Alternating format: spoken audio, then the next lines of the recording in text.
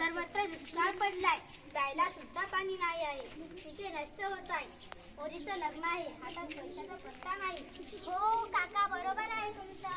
पृथ्वीवर पाण्याची पातळी वाढायला पाहिजे ना, त्यासाठी शासनाने एक प्रकल्प काढला आहे. कोणता प्रकल्प?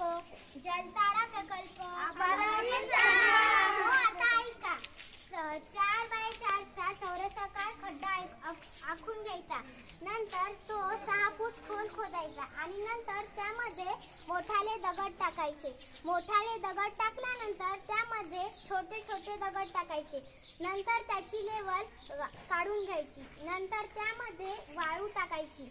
नंतर मुरुम टाकायचा. नंतर मातीचा थर टाकायचा.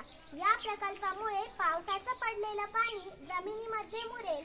त्यामुळे जमिनीतील पाण्याची पातळी वाढेल. आपल्या गावातील सर्व लोकांना हे पाणी शेतीसाठी वापरता येईल. या पाण्यामुळे शेतीच्या उत्पन्नात वाढ होईल.